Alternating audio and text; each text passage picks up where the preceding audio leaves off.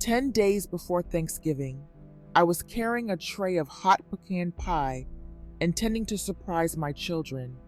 Instead, I froze behind the kitchen door. They were not discussing the turkey. They were discussing how to declare me incompetent to steal this house. I am Gray. Today, I want to invite you into my kitchen, but not to share a recipe. I'm inviting you in to hear about a Thanksgiving I will never forget. It was not a day defined by roast turkey or cranberry sauce. It was the day I realized that sometimes the people who want to take everything from you are the very ones you gave life to. This story happened right here in Scottsdale, Arizona, where the sun is always shining, but human hearts can be colder than a winter freeze.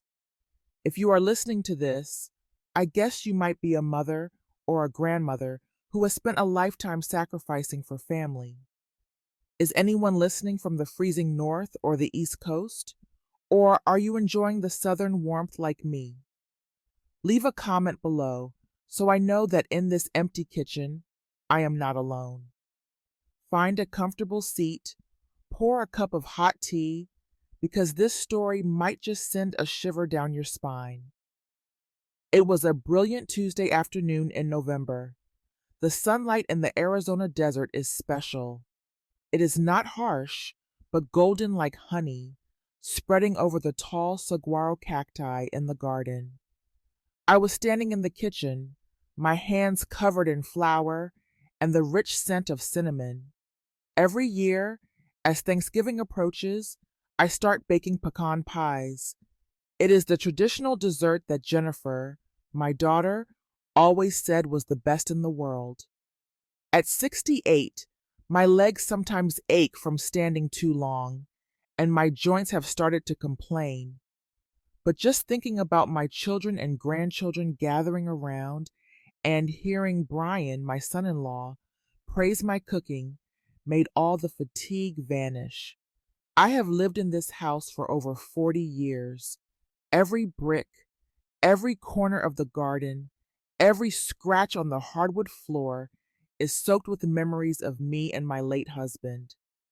To me, this is not just an asset. It is my sanctuary, the place where I plan to age in place peacefully. When Jennifer and Brian moved in with me 2 years ago, claiming it was to take care of Mom and save money for their own house, I was so happy. As a widow craving family connection, I trusted them completely. I did not know that their presence was not to build up this home, but to hollow it out from the inside like invisible termites.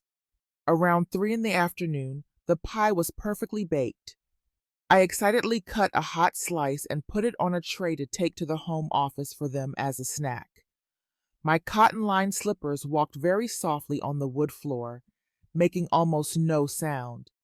When my hand just touched the doorknob of the office, the room where my husband used to sit and read the newspaper, I heard Brian speaking. It was not his usual warm, fake tone he used when asking me to sign a check. It was a cold, calculating tone that chilled me to the bone. He said that they had to do it decisively this Thanksgiving. He said I was old and getting confused. He told Jennifer that if Dr. Smith agreed to sign the dementia paperwork, guardianship would belong to them. He mentioned that this house was worth at least $680,000. He wanted to sell it to pay off their credit card debt and buy a luxury condo in Phoenix immediately. My heart felt like it stopped beating.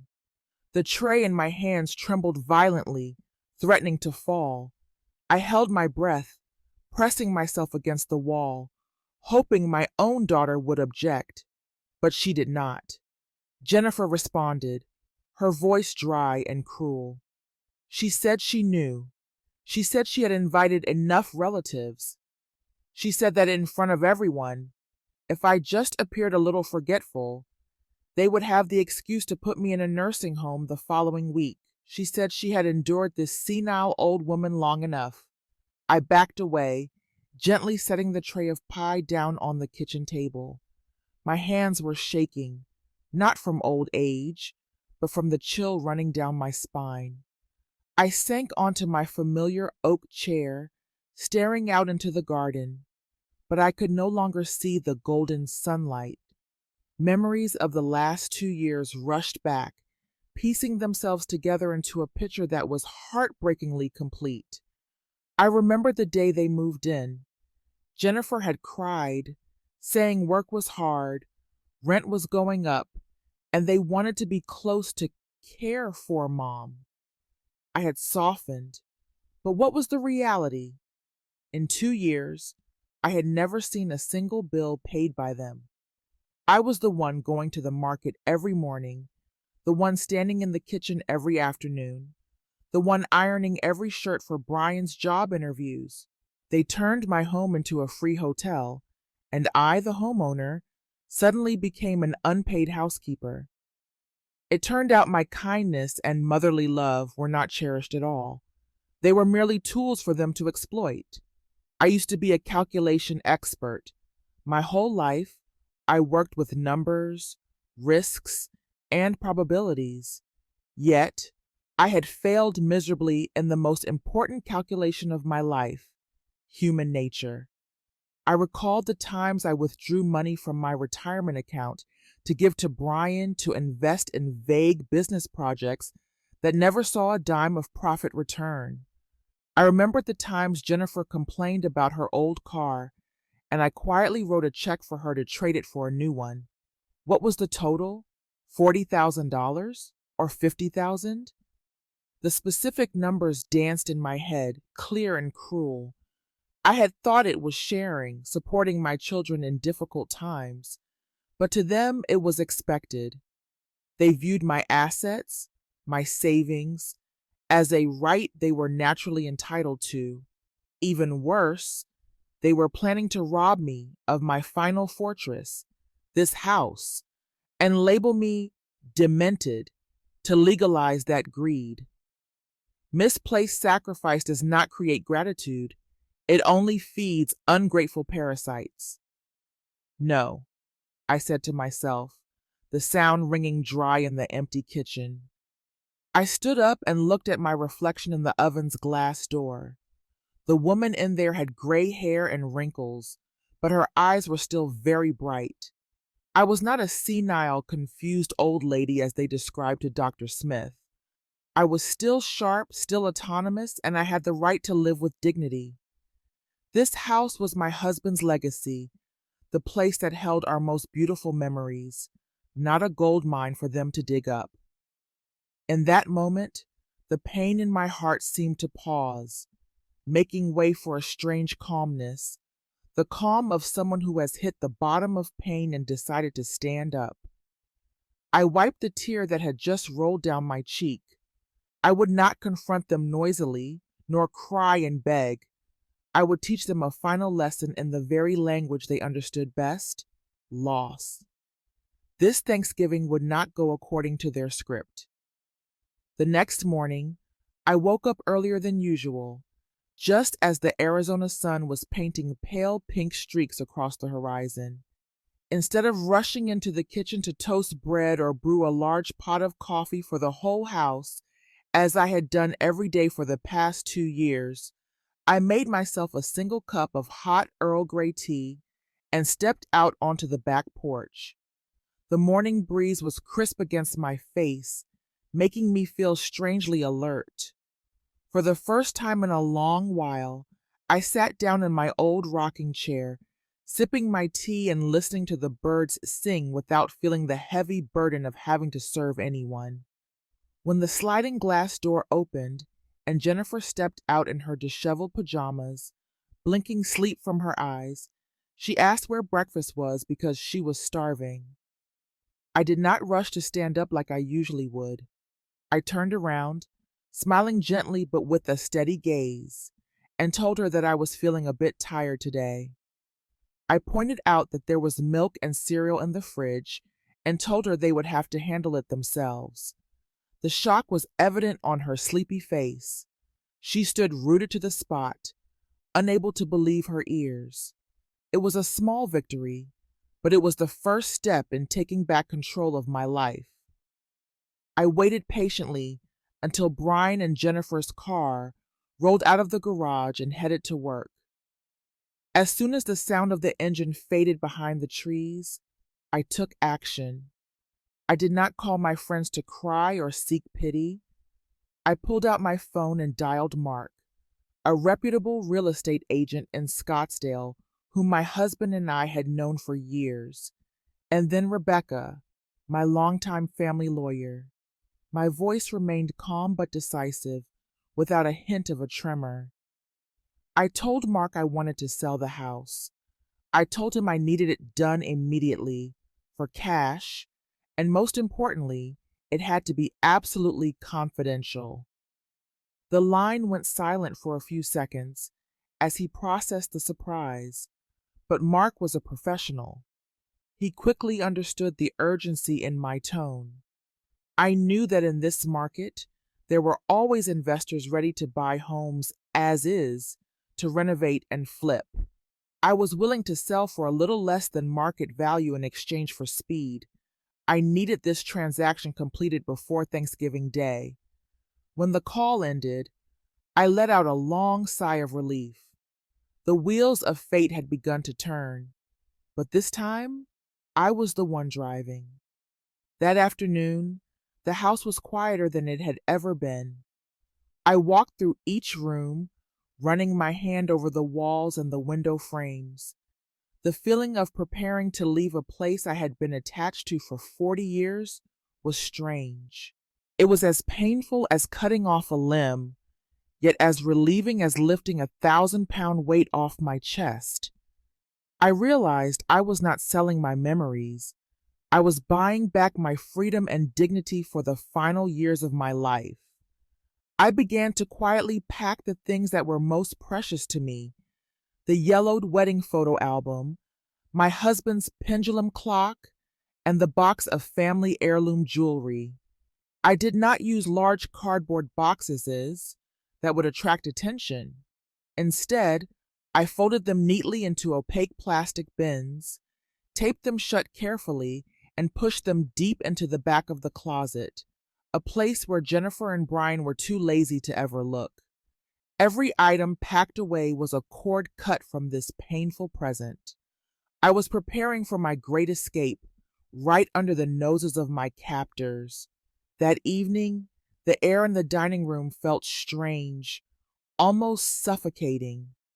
Usually, our dinners were either filled with awkward silences or the sound of Jennifer complaining about her manager at work. But tonight, the atmosphere had shifted completely. Brian was suddenly acting overly attentive, a behavior so out of character it made my skin crawl. He scooped rice onto my plate and added an extra serving of vegetables with a smile I can only describe as industrial. It was manufactured, stiff, and did not reach his eyes. His eyes were not smiling, they were scanning, probing, looking for weakness. "How are you feeling lately, Mom? Did you remember to take those brain health supplements I bought the other day?" Brian asked, his voice dropping to a low register of fake concern. I paused, my fork hovering halfway to my mouth, and looked at him. For the past 2 years, this man had never once asked what medication I was taking. He walked past the bottle of high blood pressure medication I kept on the kitchen counter every single morning without even a glance. Now, suddenly, he was playing the role of the devoted son-in-law. The script was terrible, and the acting was even worse. I knew exactly what he was doing. He was launching a campaign to plant seeds of doubt, trying to find any sign of senility in me to bolster their dark plan. Jennifer immediately chimed in, as if they had rehearsed the scene 100 times in their bedroom. She set her glass of water down on the table and looked at me with a gaze full of theatrical pity. "Brian is right, Mom. I have noticed you have been very forgetful lately. Just yesterday, you left your car keys sticking right in the front door lock. Do you remember that?" Thank goodness Brian saw them before someone stole the car. My heart tightened in my chest. That was a blatant lie. I am a retired engineer. My life has been built on precision and routine for 40 years. I have a specific hook by the door where my keys go the moment I step inside. I have never, not once in 4 decades, left my keys in the lock. This was gaslighting in its purest, most cruel form. They were inventing events that never happened, twisting small, non existent errors into symptoms of a pathology to make me question my own sanity. Jennifer did not stop there. Dr. Smith said that at your age, dementia can progress very quickly and silently, she continued, her voice sweet but laced with venom. We just want what is best for you. Maybe you should sign a power of attorney so Brian can handle the finances. That way, you won't have to stress your mind managing all those complicated numbers. They stared at me, waiting for the familiar look of confusion or the submissive agreement they were used to. In the past, I might have panicked. I might have asked, really? Did I do that? But tonight, my hand gripped the linen napkin in my lap until my knuckles turned white. I took a deep breath and looked straight into my daughter's eyes, a look I hadn't given her since she was a rebellious teenager testing my patience. Thank you both for your concern, I replied. My voice was calm, flat, and cold as a razor blade. But I did not forget my keys, and my memory is actually quite excellent. It is so good, in fact, that I remember very clearly who forgot to pay the electricity bill for the last 3 months. And I remember distinctly who forgot to pay back the $2,000 borrowed from me last Christmas. My words hit the table like a bucket of ice water. Brian froze, that fake industrial smile vanishing instantly from his lips. Jennifer's eyes widened in shock, and the fork she was holding slipped from her fingers, clattering loudly onto her ceramic plate. The silence that followed was heavy, so thick you could almost hear the ticking of the clock on the wall. For the first time in 2 years, the gentle, accommodating mother they thought they controlled had fought back. I had just drawn a red line in the sand, and they knew they had just stepped over it. Sensing the tension spiking and realizing their psychological manipulation had backfired spectacularly, Brian tried to scramble for a retreat. He cleared his throat, shifting uncomfortably in his chair, desperate to salvage the mood. Well, you're right, Mom. You're still very sharp. Let's talk about the guest list for Thursday, shall we? All the aunts and uncles will be coming. I did not want to hear another word. I stood up, pushing my chair back against the floor. I'm feeling a bit tired, I said, looking down at them. I'm going to go to my room to rest early. You two can handle the cleanup. I walked away, my back straight and my head held high, ignoring the resentful glares burning into my back. Only when I was safely inside my bedroom, with the door closed and the lock firmly twisted shut, did I dare to exhale. My heart was pounding against my ribs like a trapped bird. Confronting my own children was exhausting. It drained every ounce of energy I had left. But as I leaned against the door, I knew I had won round one. I was no longer the sheep they could herd wherever they pleased. However, a knot formed in my stomach. I knew this was not the end. My resistance would only make them more desperate, and desperate people do dangerous things. With only 3 days left until Thanksgiving, time was running out like sand through an hourglass, and I could feel the frantic desperation radiating from Jennifer and Brian. After their failure at dinner the night before, they seemed to realize that their slow erosion tactic was no longer working on me. They were terrified their plan would collapse, terrified of the bank debt hanging over their heads. That morning, while I was sitting in the living room reading the newspaper, Brian walked in. Gone was the timid or fake friendly demeanor he usually wore. He carried a thick file folder and slammed it down hard onto the glass coffee table. The sharp, dry sound made me jump. "Mom, I need you to sign these papers right now," he said, his voice urgent, beads of sweat glistening on his forehead, even though the air conditioning was keeping the room cool. "It's just a procedure to update health insurance information and some tax documents for the house. The insurance company is rushing us. They threatened to cancel the contract if we don't submit it before Thanksgiving." He pulled a pen from his shirt pocket, clicked it open with a sharp click, and pushed it toward me. That gesture didn't look like a request. It looked like an order. I picked up the file, feeling its weight in my hands. I slowly put on my reading glasses, squinting my eyes as if my vision was failing me. Brian stood beside me, tapping his foot incessantly on the floor, his breathing heavy and rushed. "Just sign it quick, Mom. There's nothing to read. It's all just technical jargon." But I read it. I read every line, every word with the precision of someone who had spent a lifetime working with numbers and engineering contracts. Even though my heart was pounding in my chest out of fear, my logic remained ice cold. These were not insurance papers. Hidden under misleading titles was a petition for full guardianship due to behavioral incapacity and a document for conditional real estate title transfer. Their audacity exceeded my imagination. They didn't just want to steal the house, they wanted to strip me of my rights as a human being, turning me into an overgrown child under their custody. Did they see me as an illiterate old woman? Or did they think my motherly love would make me sign my own death warrant without thinking? I slowly put the file back down on the table, took off my glasses, and looked straight at Brian. In that moment, time seemed to freeze. "I am not signing this," I said, my voice low, but enunciating every word clearly.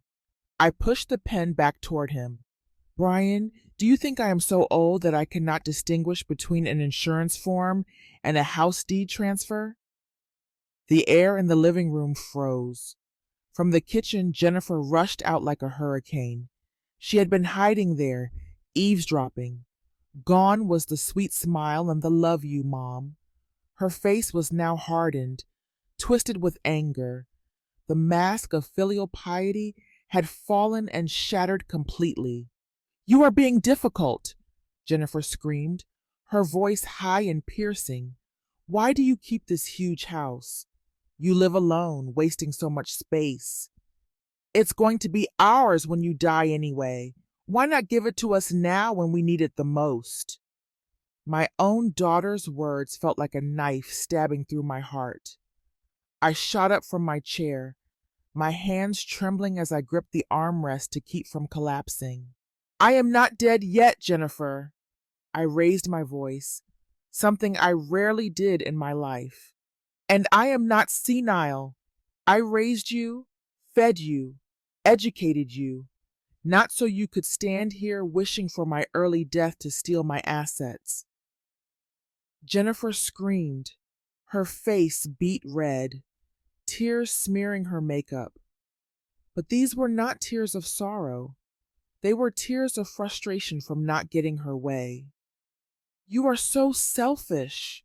We are drowning in debt. Our credit cards are maxed out.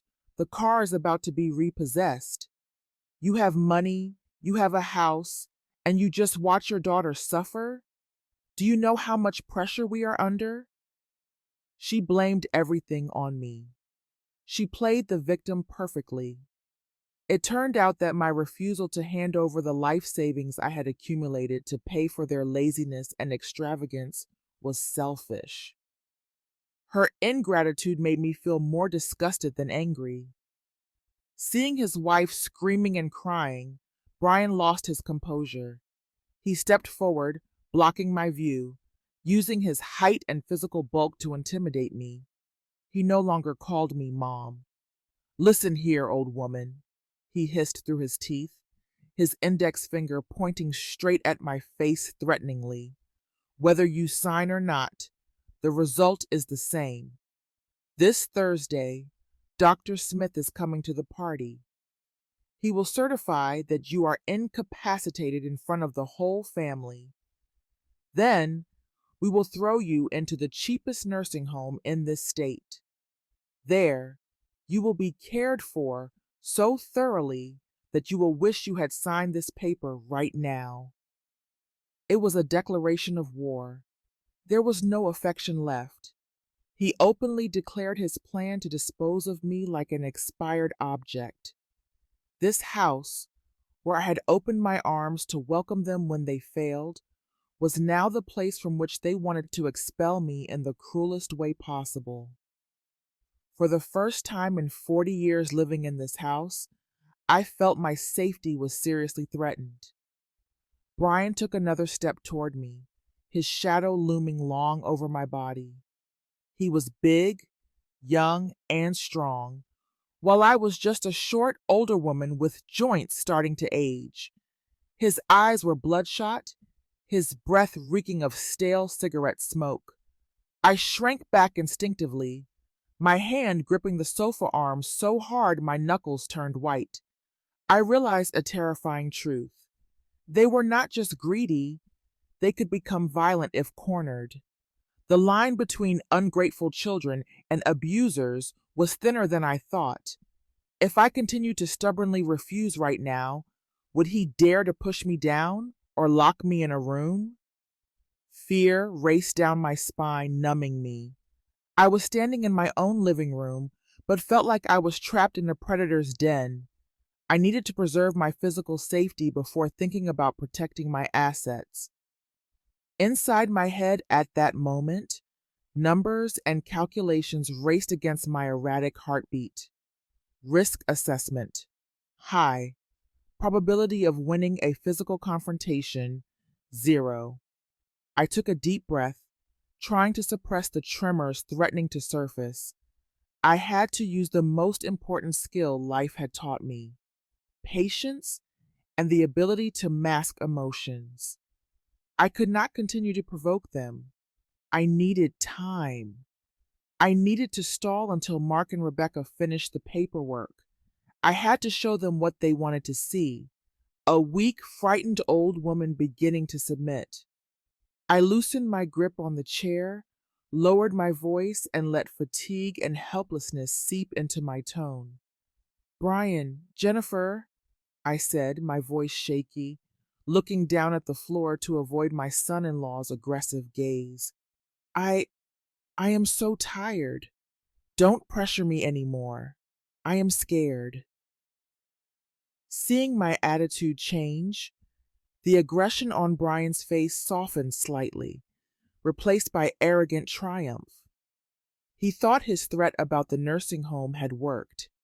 He stepped back, crossing his arms over his chest, smirking at Jennifer. "All right," I continued, trying to keep my voice sounding as resigned as possible. "Let me think. This is too big. I need time. Can you give me just this Thanksgiving? After the party is over, I will reconsider the papers." Brian studied me for a moment, then nodded. "Fine. Enjoy this last Thanksgiving. But I'm telling you, Friday morning, I want to see your signature on this table. Don't try any tricks."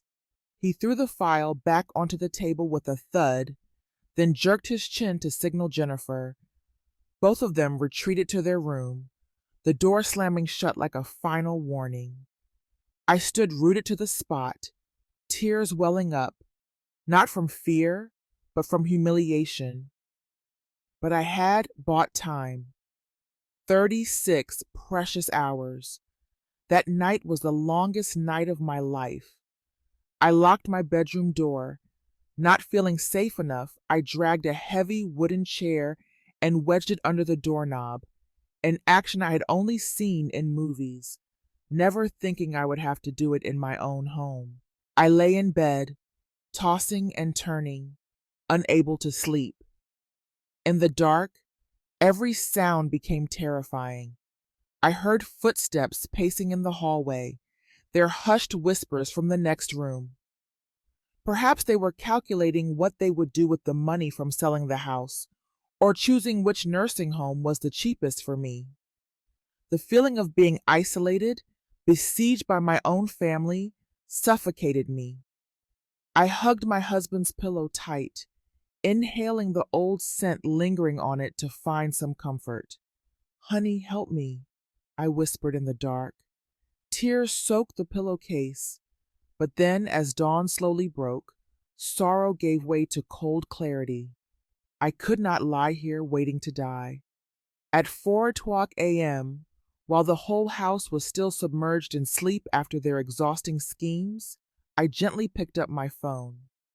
The blue light from the screen illuminated my gaunt face, but my eyes were burning with determination. I texted Mark, "Proceed, whatever the price. I need everything done before Thursday morning. Leave no trace." After sending the message, I felt a strange sense of relief. It was over. This house, where I had once cherished every little corner, was now just an empty shell filled with tainted memories. I had no regrets left. My safety, freedom, and dignity were more important than these 4 brick walls. Tomorrow would be the day I started cleaning up the wreckage to prepare for a new life. A life without betrayal. The next morning, I waited by the window, watching the street like a hawk. I did not dare to open the garage door until I saw the taillights of Brian's car disappear completely past the intersection at the end of the block. I had told them a lie, a simple domestic lie that I was going to the supermarket to buy supplies for the Thanksgiving feast. But my real destination was far from the grocery aisles. I drove straight to a small coffee shop tucked away in the Old Town district of Scottsdale, a place with adobe walls and quiet corners, where I had arranged to meet Mark. Mark was already there, sitting at a corner table with the stranger dressed in a sharp, tailored suit. The air in the coffee shop smelled of roasted beans and baked pastries, a scent that usually comforted me, but today my stomach was too tied in knots to enjoy it. Mark introduced the stranger as a representative from a real estate investment firm, one of those companies that specialize in flipping houses. They buy properties for cash, renovate them, and sell them for a profit.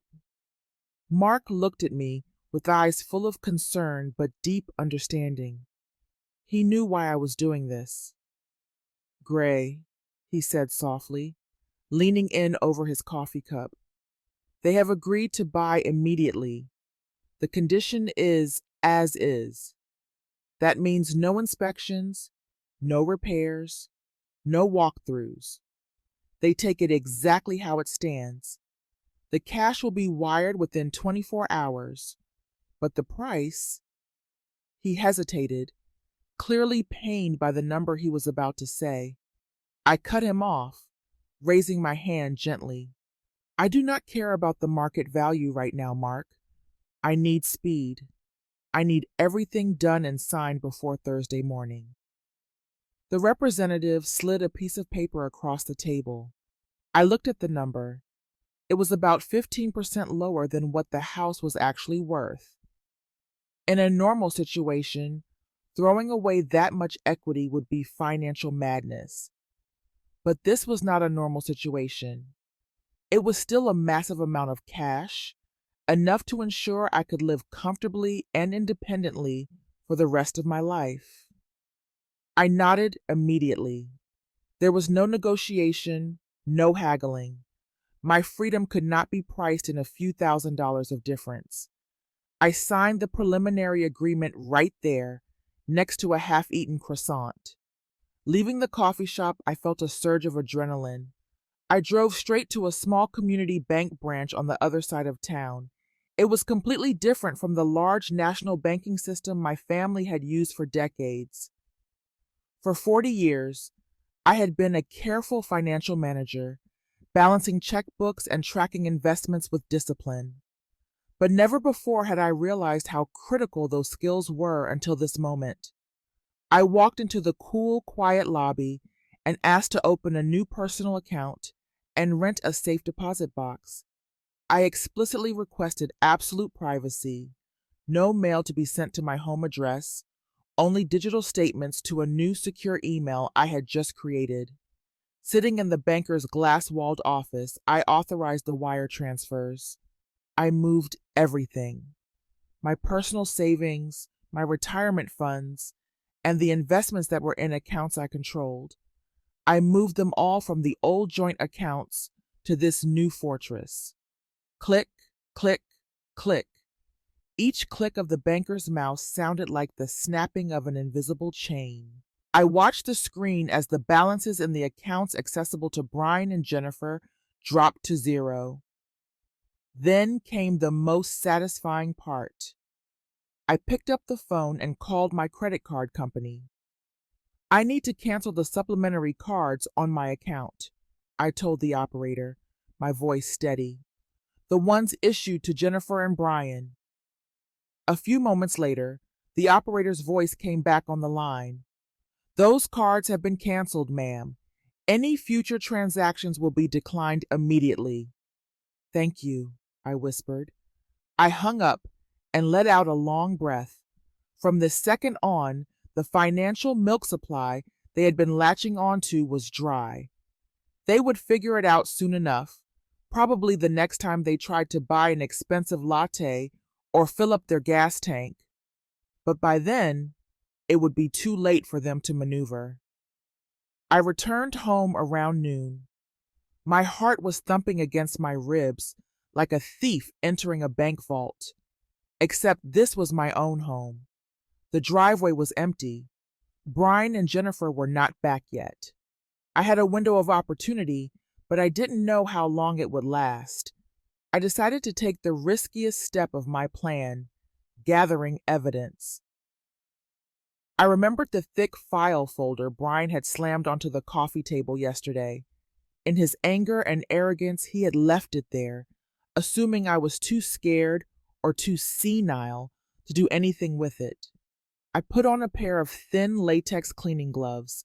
I didn't want to leave fingerprints or smudge anything that might tip them off that I had tampered with it. I took the file into my home office and laid it out under the desk lamp. With my smartphone, I photographed every single page. I made sure the text was crisp and legible. I captured the petition for full guardianship, the conditional real estate title transfer, and most chilling of all, the handwritten notes in the margins. In Brian's jagged handwriting, there were scribbles like, "Get Dr. Smith on board," and "Process the old lady fast." Seeing those words written down made my blood run cold, but it also hardened my resolve. Then, I reached into my drawer and pulled out a tiny digital voice recorder. I used to use it years ago to dictate notes for my engineering projects. I checked the batteries. They were still good. I brought it into the dining room. This was where they usually sat to plot and scheme, when they thought I was asleep or out gardening. I crawled under the heavy oak dining table and used black electrical tape to secure the recorder to the underside of the table frame, hidden from view. I pressed the record button. The tiny red light blinked once and then went dark, indicating it was listening. I was not just defending myself anymore. I was stockpiling ammunition for the legal war if they dared to drag me to court. By late afternoon, the sun began to dip low, casting long, melancholic beams of light across my bedroom floor. It was time for the hardest task emotionally: packing up my life. I could not take everything. If I hired a moving truck, they would know immediately. I had to leave as if I were just going out for an errand, but never come back.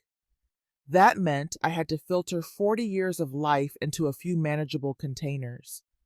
I opened the closet and pulled out the old, dusty boxes. I sat on the floor, surrounded by artifacts of a lifetime. I held a black and white wedding photo taken in 1975. My husband looked so young, so strong. I touched his face in the picture. "I'm sorry I have to leave our home," I whispered to him. "But I have to save myself." I placed the photo gently into a small plastic bin. Next, I took down his antique pendulum clock from the wall. It had stopped ticking years ago, but I couldn't bear to leave it behind.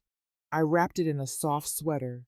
Then, the travel journal we had kept together during our road trips across America. But then I looked at the rest. The expensive ceramic dinnerware set we had bought in Italy. The large oil paintings we had chosen together for the living room. The heavy, hand-carved furniture. I realized I had to leave them. They were beautiful, yes, but they were just things. They were heavy, burdening objects. When you are fighting for your freedom, material possessions suddenly become meaningless. I could not carry the past on my back if I wanted to run toward the future. I packed only the essentials, the things that held my soul, into opaque bins that looked like ordinary storage containers. My friends, the moment you have to choose what to keep and what to abandon from 40 years of living is truly heartbreaking. It feels like you are erasing parts of your own history, but it also clarifies what is truly essential. Have you ever had to prepare legal documents, a will, or downsize your belongings to prepare for an unexpected crisis? Preparation is never wasted. Share your thoughts with me. Comment the keyword peace of mind if you have prepared, or worried if you don't know where to start. I want to hear from you because we are in this together. That afternoon, the Arizona sun began to soften, casting long, gentle shadows across the yard. I was bent over in the garden, pretending to prune the rose bushes. It was a meaningless task, really. I was just trying to keep my hands busy to mask the trembling anxiety that had taken hold of me. My heart was racing, and every rustle of leaves sounded like an accusation. "Gray, are you okay?" The voice came from the low wooden fence that separated my property from the neighbors. It was Betty. I looked up. Betty has lived next door to me for over 20 years. She is a few years older than me, a widow with a sharp wit and eyes that miss absolutely nothing. She was holding a plate covered in foil, but the scent escaping from it was unmistakable. Fresh, warm pumpkin bread. It smelled like cinnamon, nutmeg, and comfort, a stark contrast to the cold dread filling my own home. "Gray," she repeated, her voice lowered to a conspiratorial whisper, her eyes squinting with worry. "I saw a strange car parked in front of your house this morning. It didn't look like a social call. And to be honest, my bedroom window was open last night. I heard shouting, 'Are you safe?'" My hand slipped, and I dropped the pruning shears into the dirt. Clank. I had tried so hard to keep up appearances, to maintain the dignity of a happy family, but Betty's genuine concern shattered the hard shell I had built around myself. The isolation that Jennifer and Brian had carefully constructed around me suddenly felt unbearable. I was starving for connection, for someone, anyone, to just see me. I looked around nervously to make sure Jennifer's car wasn't in the driveway yet. The coast was clear. I waved Betty over to my back porch. We sat down on the old bench, hidden behind the sprawling bougainvillea vines. As I took the warm slice of pumpkin bread from her, the dam broke. I couldn't stop it.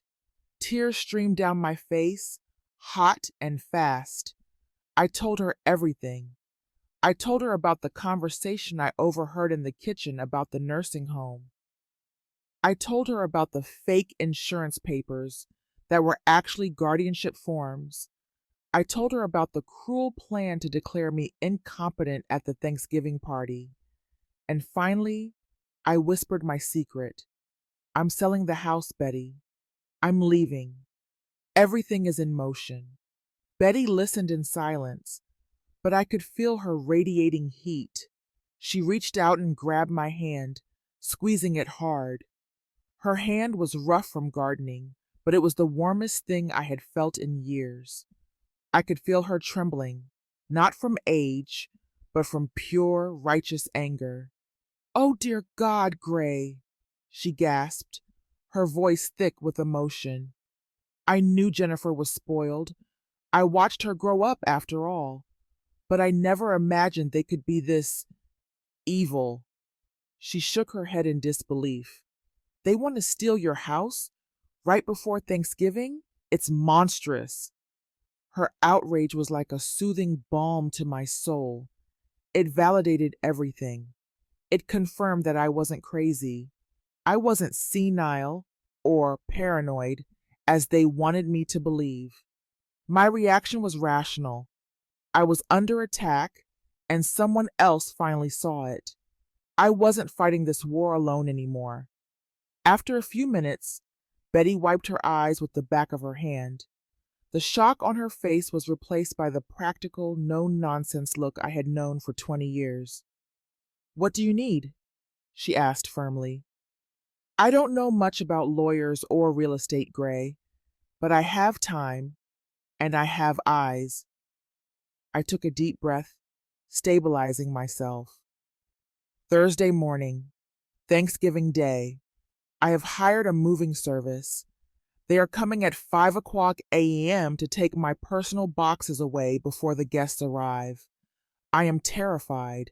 What if Jennifer or Brian wakes up early? What if they catch me? Betty didn't hesitate for a second. She nodded vigorously. "Don't worry. I'm an early riser anyway. I'll be up. I'll sit on my front porch with my coffee, just like I always do.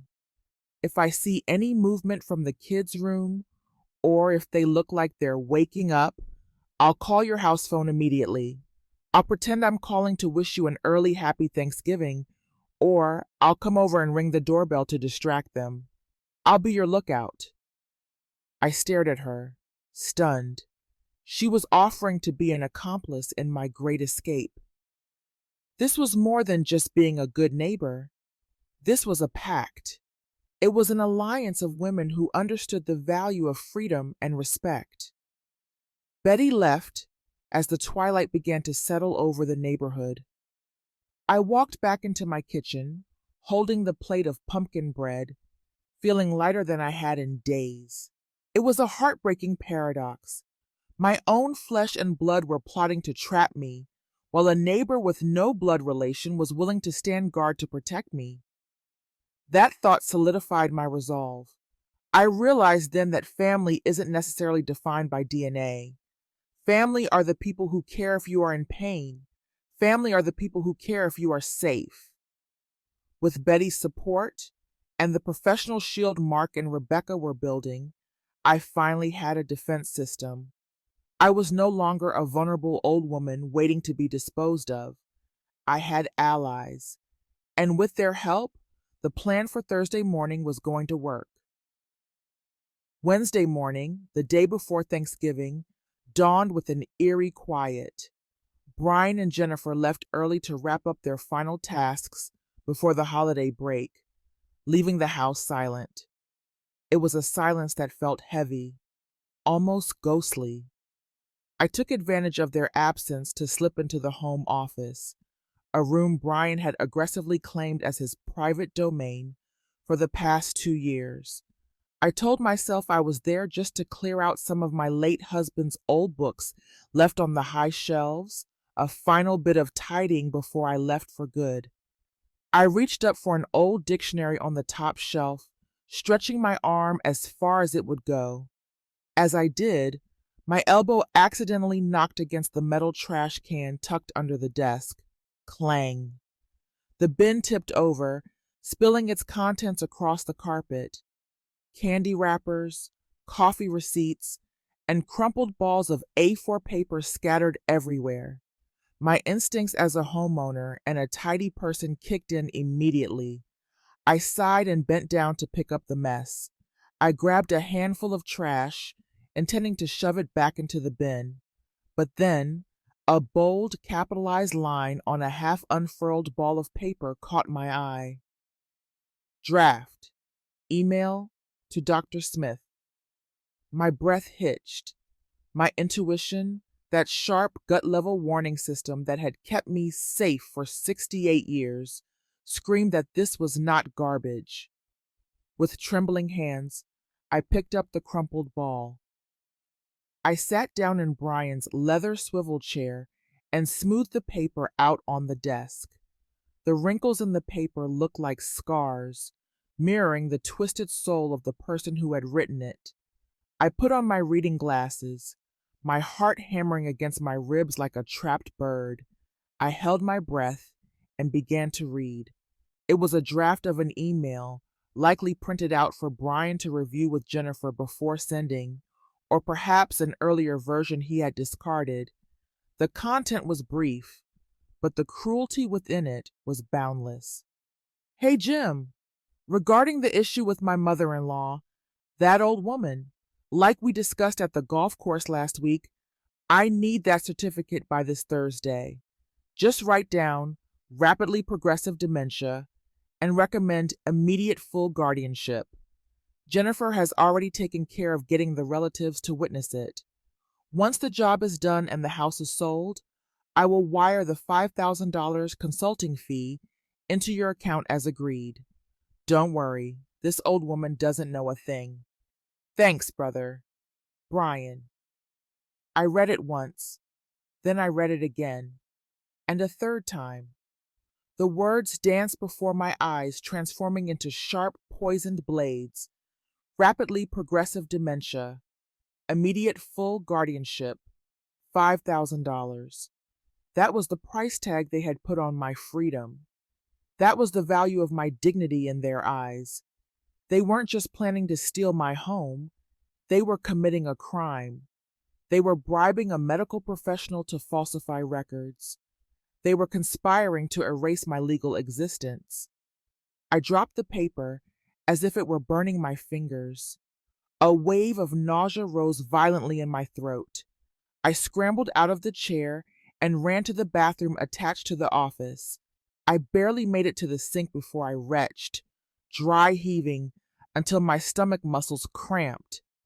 There was nothing in my stomach but a cup of morning coffee, but my body was trying to purge the toxicity of the truth I had just swallowed. This shock was different from overhearing them in the kitchen. That had been the heartbreak of emotional betrayal. This was pure, visceral disgust. I felt dirty just knowing them. Brian, the man I had welcomed as a son, the man whose ties I had taught him to knot before his wedding, the man whose gambling debts I had quietly helped pay off so they wouldn't lose their first apartment. He referred to me as that old woman and sold me out to an unscrupulous doctor for $5,000. And Jennifer, my daughter, she knew. She wasn't just a passive observer, she was an active accomplice. She had taken care of the relatives. She had agreed to let her husband turn her own mother into a mental patient for profit. Any lingering hope I had harbored, that tiny foolish wish that maybe this was just a misunderstanding, or that they were just desperate and misguided, evaporated instantly. This was not a mistake. This was a calculated, organized, cold-blooded conspiracy. I splashed cold water on my face, gasping for air. I looked up into the mirror. The woman staring back at me was different. The sadness in her eyes was gone, replaced by a steely, terrifying resolve. The tears had stopped. There was no room for tears anymore. I walked back into the office, my steps firm. I took out my smartphone and placed the smoothed-out paper under the desk lamp. I took photos of it from every angle. I made sure the text was crisp, legible, and undeniable. I captured the headers, the date, the signature. Then I carefully folded the paper. I didn't put it back in the trash. I slipped it into a plastic Ziploc bag I had in my pocket, habit of a grandmother who always carries snacks, and tucked it deep inside my personal notebook, the one I kept on my body at all times. Immediately, I opened my encrypted email app. I attached the photos and sent them to Rebecca, my lawyer, with the subject line, Urgent Evidence.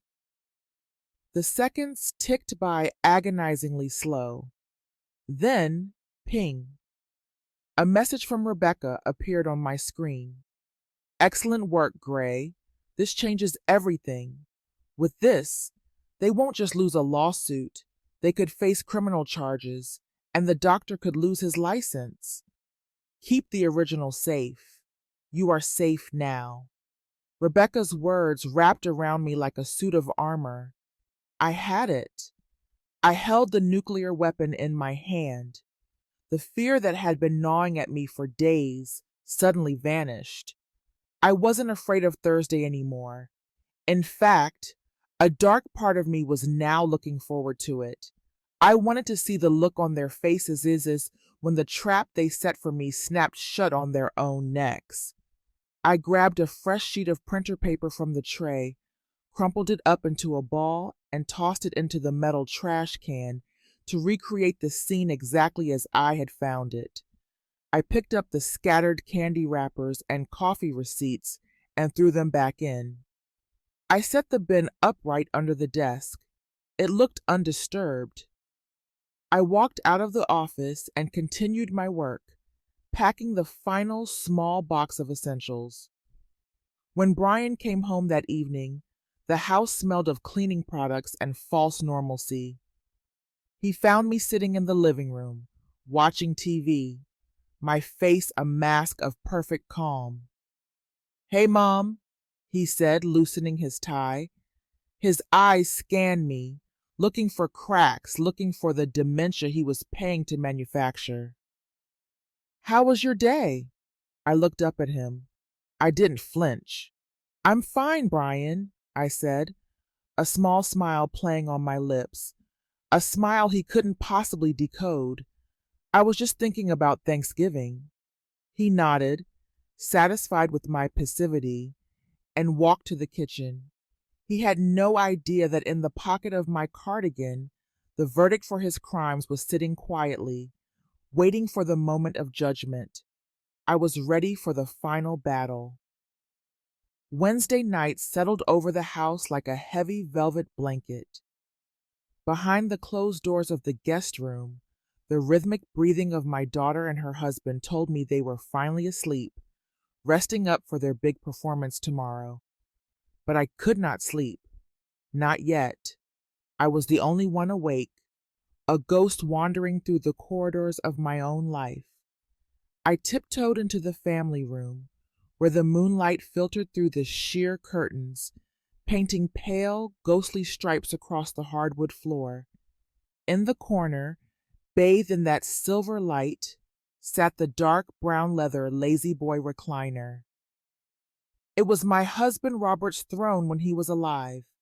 It has been 2 years since he passed, and in all that time I have never moved it. I kept it exactly where he liked it, angled just so toward the television and the fireplace. The leather was worn smooth on the armrests, and the seat cushion was permanently depressed from decades of use. Tonight, I did not sit in my own floral armchair. I lowered myself slowly into Robert's chair. The familiar creak of the springs sounded like a greeting. The leather was cool at first, but it quickly warmed to my body, hugging my tired back. I closed my eyes and inhaled deeply. It was faint, but it was there. Deep in the fibers of the upholstery, the scent of him still lingered, a comforting mix of pipe tobacco and the sharp, clean smell of Old Spice aftershave. The silence in the room was so profound that I could hear my own heartbeat slowing down, syncing with the rhythm of the past. This chair was my final sanctuary, the only safe place left before the storm of tomorrow morning crashed down upon me. "Robert," I whispered into the darkness, my voice cracking. Tears, hot and fast, began to roll down my cheeks, soaking into the collar of my nightgown. "I am so sorry. I sold our house." The guilt washed over me like a tidal wave. This house was the physical manifestation of the American dream we had built together for 40 years. Every tree in the backyard was a sapling he had dug the hole for. Every coat of paint on these walls was a color we had debated over coffee. I felt like a traitor. I felt like I was betraying his dying wish to keep this family nest safe for our children and grandchildren. I confessed to the empty room that I had failed to protect our family. I admitted that I had let greed and malice seep into our sanctuary and rot it from the inside out. In my mind's eye, I could see Robert's face, looking at me with that gentle, sorrowful expression he used to have when things went wrong. I wondered if he was blaming me. Was he angry that I chose to run away? Was he disappointed that I was selling our memories to strangers just to buy my own peace of mind? But then, in the stillness of the night, a vivid memory surfaced, cutting through my guilt. I remembered a summer evening many years ago. Jennifer was just a little girl, learning to ride her bicycle without training wheels in the driveway. She had fallen hard, scraping her knees on the concrete. She was crying, terrified of getting back on the bike. Robert had scooped her up, wiped her tears, and said something I had forgotten until this very moment. He told her that we built a house to keep the rain off our heads and to keep the people inside safe. But he said that if a house becomes a place that hurts you, then it is just a building, not a home. The realization hit me with the force of a revelation. Robert was a strong man, a protector. He placed the safety and honor of his wife and children above everything else. He would never, ever have accepted the scene of me being emotionally abused by our own daughter and son-in-law. He would not have stood for me being disrespected, gaslit, and stripped of my human rights under this roof. If he were alive tonight, he would be the first one to throw Brian out the front door. I realized then that selling the house was not destroying his legacy. On the contrary, using the assets from this house to protect my dignity was the ultimate way to honor the love he had for me. He wanted me to live happy and free, not to wither away in humiliation, just to preserve 4 walls of brick and mortar. A strange, warm peace spread through my chest, dispelling the fear and the torment. It felt as if a warm, heavy hand had been placed on my shoulder, steadying me. "Thank you, Robert," I said, my voice steady and clear in the darkness. "I know what I have to do now." I stood up from the chair, running my hand along the worn armrest one last time. It was a final goodbye. I would not be taking this chair with me. It belonged to this house. It belonged to the past. Tomorrow, when the sun rose, I would walk out of that door with my head held high. I would carry Robert's heart inside my own chest, not in a piece of furniture. I turned and walked back to my bedroom. I lay down and closed my eyes. Sleep came instantly, short, deep, and dreamless. I needed to rest, because tomorrow, the final act was about to begin. The digital clock on my nightstand glowed a harsh red in the darkness. 4 a.m. Outside, the Scottsdale neighborhood was still wrapped in a heavy, pre-dawn slumber. The streetlights hummed quietly, casting long, empty shadows across the pavement. I hadn't slept a wink. I had spent the entire night sitting on the edge of my bed, fully dressed in comfortable slacks and a cardigan, my heart beating in sync with the ticking of the second hand. Thump, thump, thump, thump. At exactly 4:05 a.m., a white box truck, completely unmarked, rolled silently to a stop in front of my driveway. The driver killed the engine immediately to avoid any unnecessary noise. These were Mark's people, a professional moving crew who specialized in discreet relocations. They moved like shadows. I tiptoed to the front door and unlocked it. The cool desert air rushed in, making me shiver. Across the low wooden fence, I saw a shape moving in the dark. It was Betty. My wonderful neighbor was standing there in her thick quilted bathrobe, clutching her phone like a walkie-talkie. Her eyes were fixed intently on the second-floor windows of my house, the windows of the master bedroom where Jennifer and Brian were sleeping. Betty caught my eye and gave a firm thumbs up. Safe. I signaled the movers. The dance began. Me and the two large men moved through the house with the grace of cats. Rubber-soled shoes made no sound on the tile. Boxes slid from hand to hand in a tense, breathless silence. We were emptying the essence of my life out of the house I owned. Yet I felt like a thief in the night, stealing away my own existence. Every creak of a floorboard sounded like a gunshot to my ears, making me freeze and look up at the ceiling, praying the footsteps upstairs wouldn't start. But the house remained silent. They were sleeping the deep sleep of the greedy, confident that their victory was just a few hours away. By 4:45 a.m., it was done. The truck's rear door was lowered and latched. The house wasn't empty. I left all the furniture, the heavy items, the things that didn't matter. But my spirit was gone. I stood alone in the kitchen one last time. The granite countertops gleamed under the faint light of the microwave clock. This was where Jennifer had planned to roast the turkey in a few hours.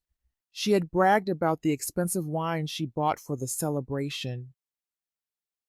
I opened my purse and took out a plain white envelope and my heavy ring of house keys. I placed them precisely in the center of the kitchen island. They looked cold and final against the stone surface. Next to the keys, I placed the legal notice prepared by the real estate company. Property transferred. Please vacate premises by 12 p.m. today. I didn't write a tear-stained letter. I didn't write pages of recriminations or angry accusations. I left a single sticky note on top of the envelope. I had written it with a steady hand. I am not senile. I am just disappointed. The money from the house is mine, and I will use it to live the rest of my life the way I choose. Have a happy Thanksgiving. I took one last look around. I expected to feel a pang of regret, a hesitation, but the kitchen just looked like a room. The walls were just drywall. The magic was gone. I turned my back, walked out the front door, and pulled it shut. Click. The sound of the deadbolt sliding home echoed in the crisp morning air. To me, it didn't sound like a lock closing. It sounded like the firing of a starting pistol for a new life. I climbed into my old sedan, turned the key, and pulled away. As I drove out of the familiar streets of my neighborhood, tears suddenly blurred my vision. I had to grip the steering wheel hard to keep the car steady. I wasn't crying from sadness. I was crying from the sheer overwhelming release of pressure, the weight of 2 years of manipulation, of walking on eggshells, of feeling unsafe in my own sanctuary. It all lifted off my shoulders at once. I drove north, toward the new senior luxury condo complex Mark had secured for me. It was a beautiful place with 24/7 security, a vibrant community, and most importantly, gates that would keep out unwanted visitors. By 6 a.m., I was sitting in my new living room. It was smaller than my house, but it felt enormous because it was filled with peace. I brewed a cup of tea, sat down in a chair by the window, and placed my phone on the table. And then I waited. My phone buzzed. A text from Betty. Bedroom lights still off. Sleep tight, little monsters. You're safe, Gray. I took a sip of tea. The sun was starting to rise, painting the sky in brilliant shades of orange and purple. 8 o'clock a.m. Another buzz. Lights are on. Movement in the window. Here we go, Gray. Brace yourself. I put the tea down. My hands were cold. I knew exactly what was happening across town. Jennifer would be walking down the stairs in her silk robe, a smug smile on her face, expecting to smell coffee brewing and bacon frying. She would be expecting her mother to be in the kitchen, ready to serve. Instead, she was walking into a ghost town. My phone began to vibrate violently on the table, dancing across the wood surface. The screen lit up. The caller ID said, "Dearest daughter," accompanied by a photo of Jennifer smiling, a picture I took 5 years ago, back when her smile didn't hide daggers. I didn't answer. I let it ring. I watched the name flash and fade, flash and fade. I closed my eyes and imagined the scene. The scream when she saw the empty shelves, the panic when Brian realized the safe was open and empty, the chaos when they found the note. I didn't feel happy. I didn't feel triumph. I felt a deep, profound sorrow. How did we get here? How did the baby I held in my arms turn into a monster I had to flee from in the night? Betty texted again. I can hear screaming. Brian is in the driveway. He's red in the face. He just kicked the trash can over. He's pacing like a maniac. Gray, do not come back. Stay where you are. I replied, I am safe, Betty. Thank you. The ringing stopped. Then it started again instantly. This time, the name on the screen was Brian. They were taking turns. I looked at Rebecca, my lawyer, who was sitting on the sofa opposite me. She had come early to be with me for this moment. She nodded firmly and pointed to the digital recorder on the table. It's time, she mouthed. I swiped the green button and put the phone on speaker. Where are you? Jennifer's voice tore through the quiet apartment. It wasn't a question. It was a shriek. It was shrill, distorted, and completely unrecognizable as human. There was no mom, no affection, just naked, raw rage. What the hell is this? Where's the furniture? What is this note? Did you sell the house? Are you insane? I took a breath. I kept my voice calm, terrifyingly calm. I sounded like a different person, cold, detached, unmovable. Hello, Jennifer. Happy Thanksgiving, I said. I am not insane. I was completely lucid when I signed the sale papers 2 days ago, and I was completely lucid when I moved out this morning to give you the independence you claim to want. Independence, my ass! Brian's voice boomed through the speaker. He must have snatched the phone from her. He sounded like a cornered animal, growling, aggressive. Listen to me, old woman. Get your ass back here right now. You have no right to sell this house. This is our house. You've been scammed. Come back here and sign the cancellation papers immediately, or I swear to God I will call the police and tell them you've been kidnapped or wandered off with dementia. His threats were almost laughable. He still thought he was in charge. He still thought his loud voice and physical intimidation could work through a telephone line. He didn't realize that the power dynamic had flipped the moment I walked out that door. You're crazy. You senile old hag, Brian continued screaming, hurling every insult he could think of. trying to break me down. You don't know what you're doing. We are going to have you committed. I looked at Rebecca. She gave me a small, encouraging nod. It was time to play the ace. Brian, I interrupted him. My voice wasn't loud, but it was sharp enough to cut through his tirade like a razor blade. Before you call the police or Dr. Smith, I think you should listen to something. I tapped the screen of my tablet, opening the image file of the crumpled paper from the trash can. I'm going to read something to you, I said. Quote, Hey Jim, regarding the issue with my mother-in-law, I need that certificate by Thursday. Just write down rapidly progressive dementia. I will wire the $5,000 consulting fee into your account. Don't worry, this old woman doesn't know a thing. The silence that followed was absolute. It was as if the air had been sucked out of the room on the other end of the line. Brian's heavy breathing stopped instantly. I could practically hear the blood draining from his face. The 3 seconds of silence felt like an eternity. He knew. He realized in that terrifying heartbeat that I hadn't just run away. I had been watching. I had been listening, and I had him.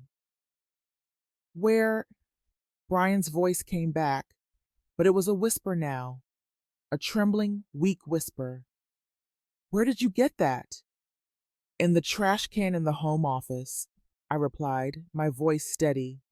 Where you thought I was too stupid to look, and you should know, Brian, that my lawyer, Rebecca, is sitting right here next to me. She has copies of everything. That email, drafting your bribery of a doctor, the audio recording from under the dining room table where you discussed putting me in the cheapest nursing home you could find, the bank statement showing I'm fully competent. I leaned closer to the phone. If you dare to call the police or try to contact me one more time, I enunciated every syllable, Rebecca will send this entire evidence package to the state medical board and the district attorney's office.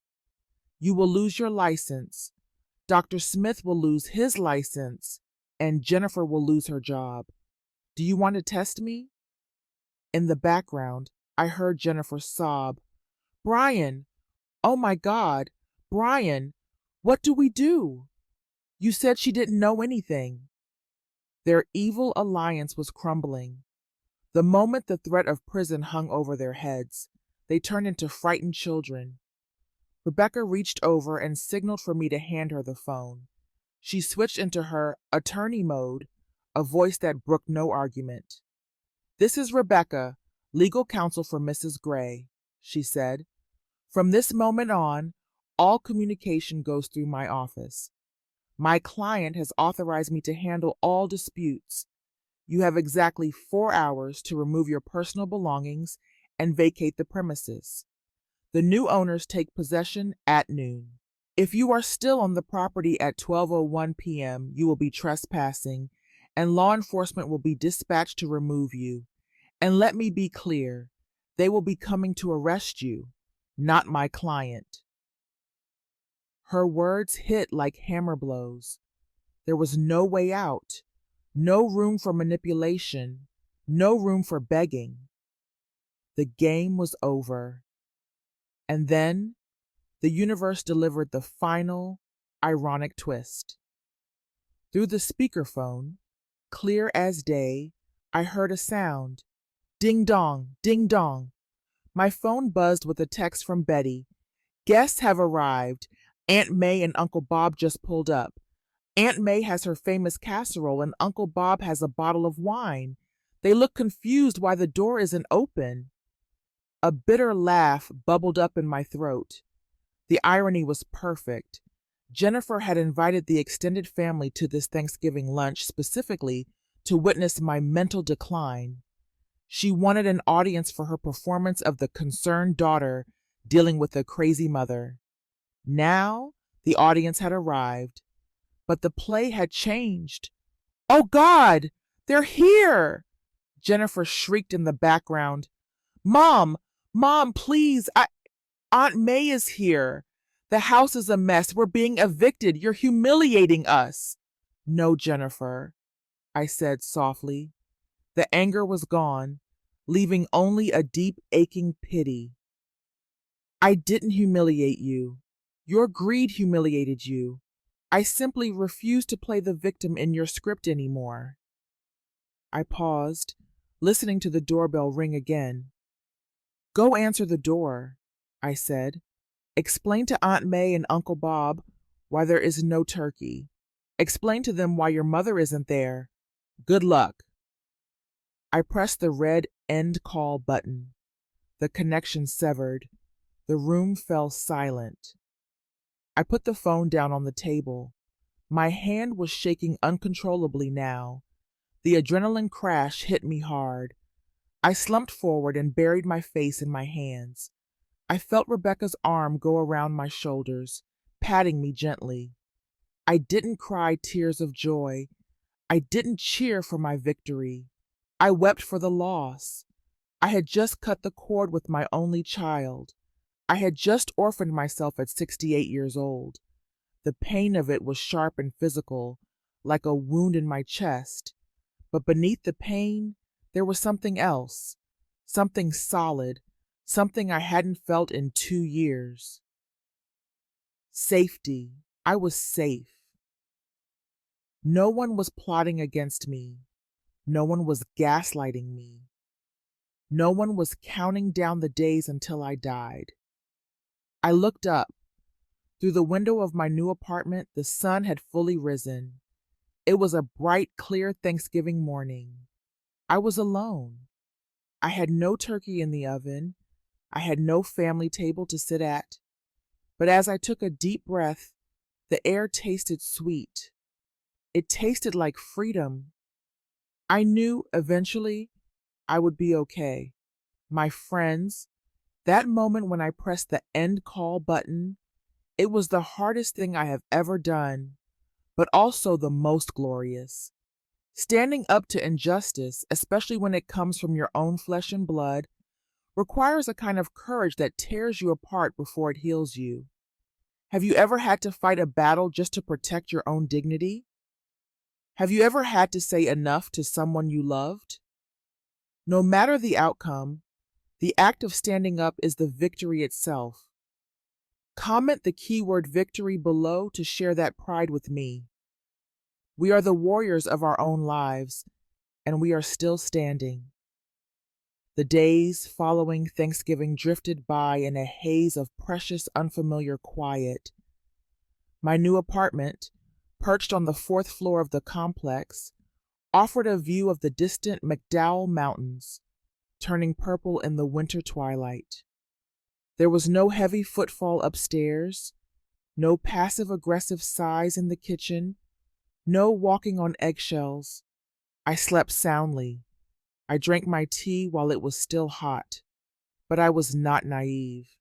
I knew the war was not over. We had merely shifted battlefields. 3 days later, the process server arrived. He was a polite young man who looked almost apologetic as he handed me the thick envelope embossed with the seal of the Maricopa County Superior Court. I didn't panic. I didn't tremble. I simply took the envelope, thanked him, and closed the door. Brian and Jennifer, in their desperation over losing the house and the humiliation of the empty Thanksgiving, had filed an emergency petition. I read through the legal jargon with a detached curiosity. They were accusing me of being the victim of predatory real estate fraud. They claimed I had been manipulated by strangers into selling my home below market value due to cognitive decline. They were asking the court for an emergency injunction to freeze all my assets, including the proceeds from the house sale, supposedly to protect the interests of the vulnerable senior. The audacity was breathtaking. They were weaponizing the very laws designed to protect people like me from people like them.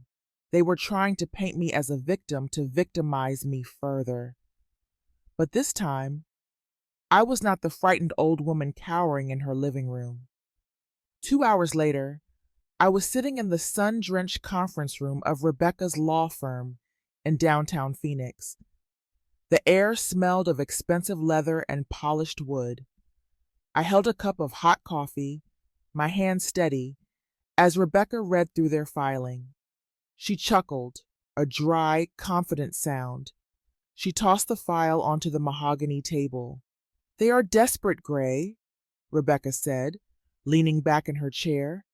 "They are throwing spaghetti at the wall to see what sticks. They think this will scare you into settling." She placed a fresh folder in front of me. "But they forgot one thing. You aren't playing defense anymore." She opened the folder. "It's our turn. We aren't just filing a motion to dismiss. We are filing a countersuit. We are charging Brian and Jennifer with harassment, intentional infliction of emotional distress, invasion of privacy, and, this is the big one, civil conspiracy to commit financial elder abuse." I nodded slowly. "Good, but I have something else for the file." I reached into my bag and pulled out a document I had spent the last 2 nights working on. It wasn't a legal brief. It was a spreadsheet. For 40 years, I worked with numbers. I assessed risk. I balanced ledgers. My mind finds comfort in the absolute truth of mathematics. If they wanted to make this about money, we would make it about money. "What is this?" Rebecca asked, adjusting her glasses. "This," I said, running my finger down the columns, "is the bill." I had reconstructed the last 2 years of our living arrangement with forensic precision.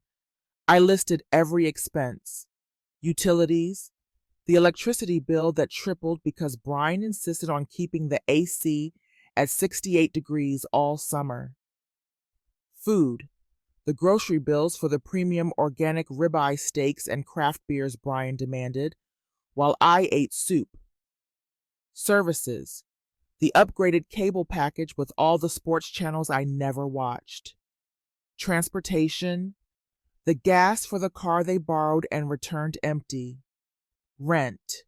I calculated the fair market value of a 2,500 square foot home in our specific Scottsdale zip code for 24 months.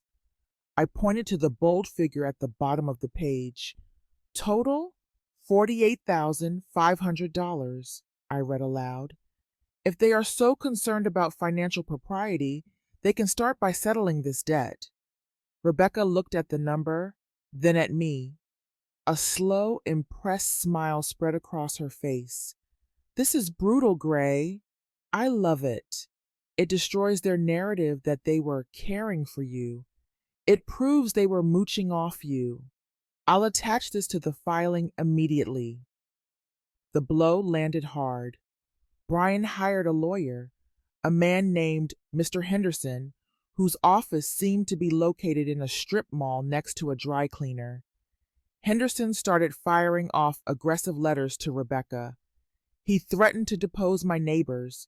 He threatened to bring Dr. Smith to the stand to testify about my unstable mental state.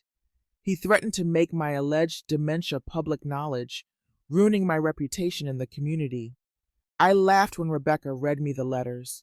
"Let him talk," I said, sipping my tea. "The louder he gets, the harder the trap snaps shut." They were operating on the old assumption that I cared about saving face. They thought I would be terrified of the neighbors thinking I was crazy. They didn't understand that when a mother accepts the loss of her child, she has nothing left to fear. My reputation didn't live in the whispers of the neighborhood. It lived in the truth I held in my pocket. A week later, the day of the deposition arrived. We met in the main conference room of Rebecca's firm. The walls were glass, offering a panoramic view of the city, a visual reminder of the power dynamics at play. Brian and Jennifer sat on the opposite side of the long table. They looked terrible. Brian was haggard, dark circles bruising the skin under his eyes. He wore a suit that looked like it hadn't been pressed in days. Jennifer wouldn't even look at me. She kept her head bowed, staring at her hands, picking at a loose thread on her blouse. Mr. Henderson, their lawyer, was a blustering man with a loud tie and an even louder voice. He slammed his briefcase onto the table, trying to assert dominance. "My clients are deeply concerned," Henderson began, puffing out his chest. "They simply want to ensure their mother's assets are managed competently. If Mrs. Gray agrees to sign over power of attorney today, we can drop this unpleasantness and get her the help she needs." Rebecca didn't say a word. She didn't even look at Henderson. She calmly unlocked her tablet, tapped the screen a few times, and slid it across the polished wood table. It stopped directly in front of Henderson. "Before you continue with your opening statement, counselor," Rebecca said, her voice soft but dangerously level, "I strongly suggest you review this exhibit." On the screen was the high-resolution photo of the crumpled email draft found in the trash. Draft, email to Dr. Smith. Just write down rapidly progressive dementia. I will wire the $5,000 consulting fee. Henderson looked at the screen. He squinted. Then his eyes went wide. The color drained from his face so fast, it looked like a curtain falling. He froze. He looked at Brian. It wasn't a look of support. It was a look of horror. He realized instantly that his client had lied to him. He realized he wasn't representing a concerned son. He was representing a man who had committed conspiracy to commit fraud and bribery. "Is this," Henderson stammered, his bluster completely deflated, "is this authentic?" "We have the original," Rebecca said icily, "and we have the time-stamped metadata. We also have an audio recording of your clients discussing the nursing home scheme. Now, counselor, the question isn't whether Mrs. Gray needs help. The question is, should I forward this evidence to the state medical board and the district attorney right now, or do you want to talk about withdrawing your petition?" The silence in the room was suffocating. The hum of the air conditioner sounded like a roar. Brian started to shake. He opened his mouth to speak, to make up some lie, but his voice failed him. He looked small. The arrogance, the bullying entitlement, it all evaporated in the face of cold, hard legal consequences. He wasn't looking at a payday anymore. He was looking at prison time. Jennifer let out a small sob. "Brian, you said it was foolproof." Henderson snapped his briefcase shut. He looked furious.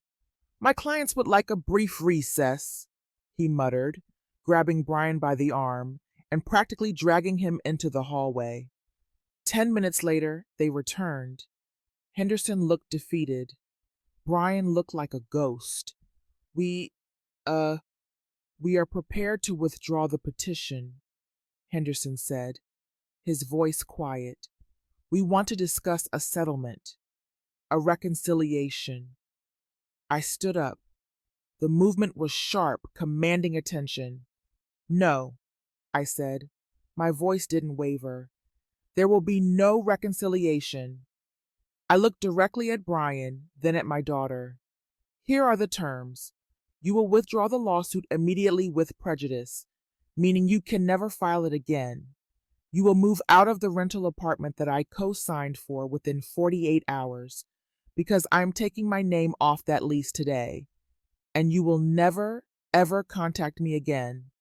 If I see you, if I hear from you, or if you try to come near my new home, this file goes to the police." "Mom," Jennifer whispered, tears streaming down her face. "Please." "The time for Mom was 2 years ago, Jennifer," I said, "when you watched your husband call me an old woman and laughed." I turned to Rebecca. "I'm done here." I picked up my purse and buttoned my coat. I walked out of that glass-walled room without looking back.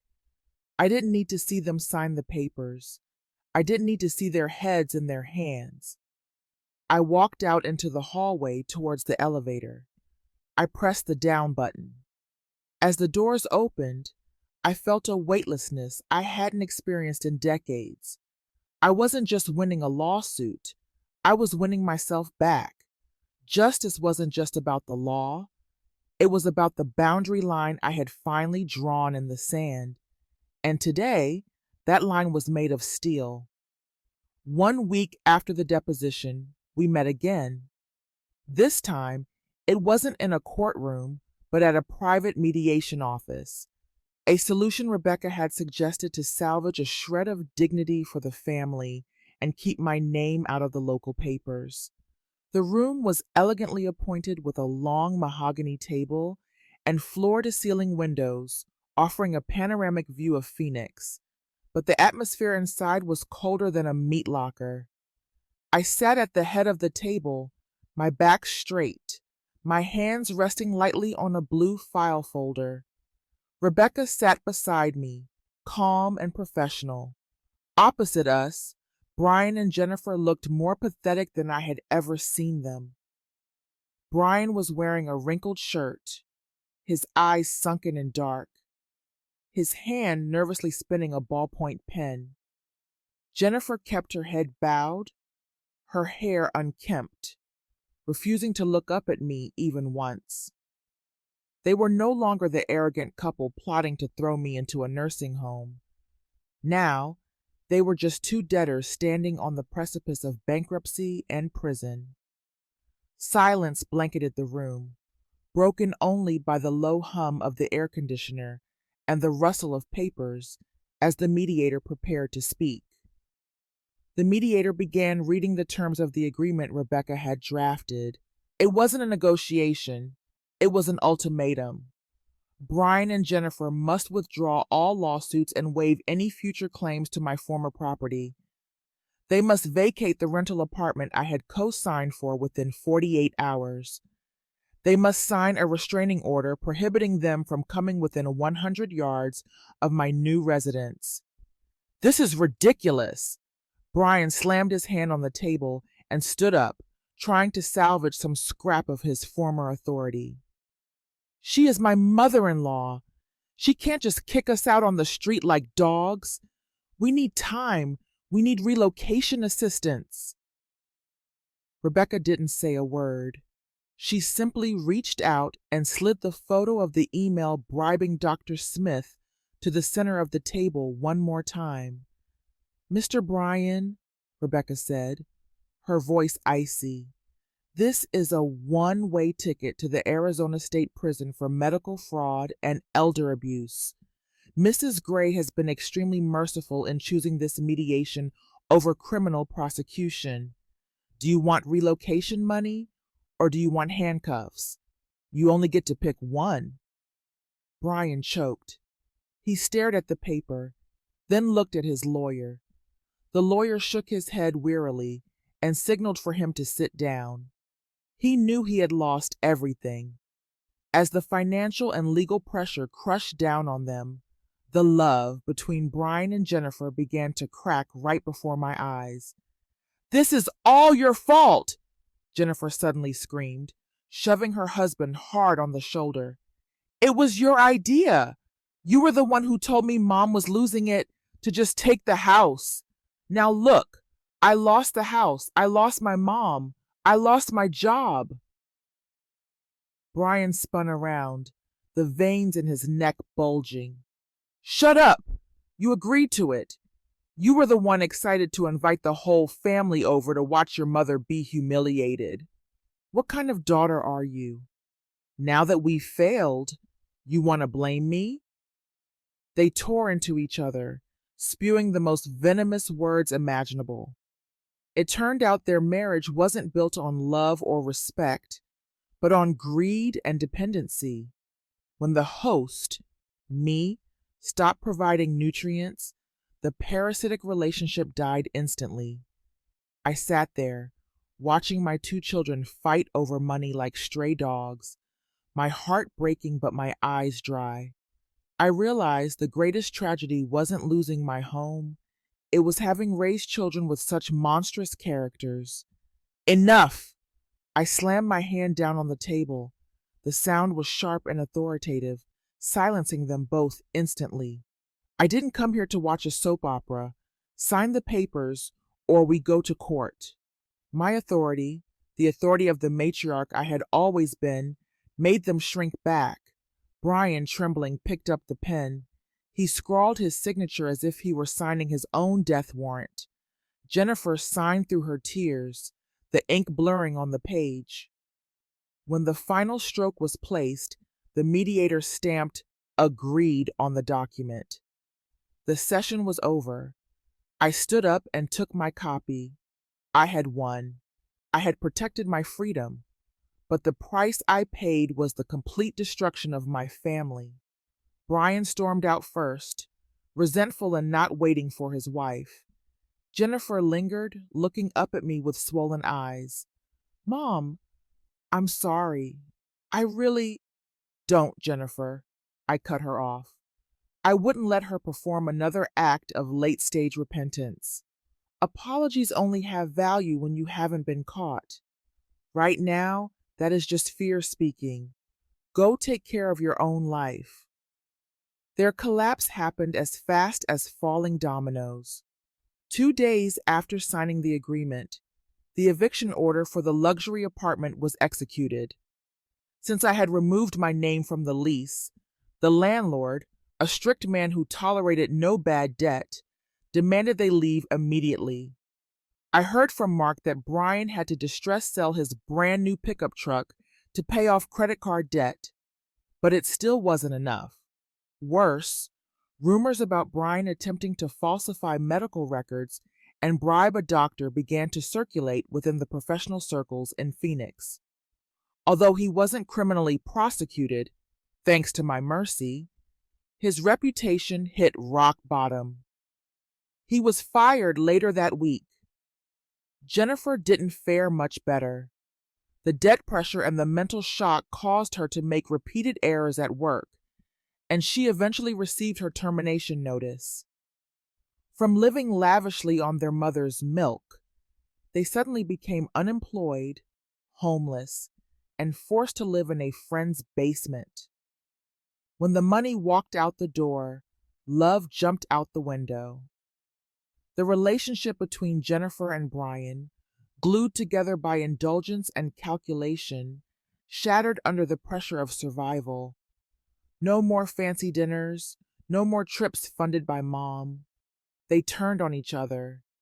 Brian blamed Jennifer for being weak and unable to control her mother. Jennifer screamed at Brian for being a greedy fool who incited his wife to do immoral things and lose everything. The arguments escalated into physical altercations, and the inevitable happened. A month after Thanksgiving, I received news that they had filed for divorce. The marriage ended as quickly and uglily as they had treated me. I found no joy in hearing my daughter's marriage had failed, but I knew it was the necessary cost.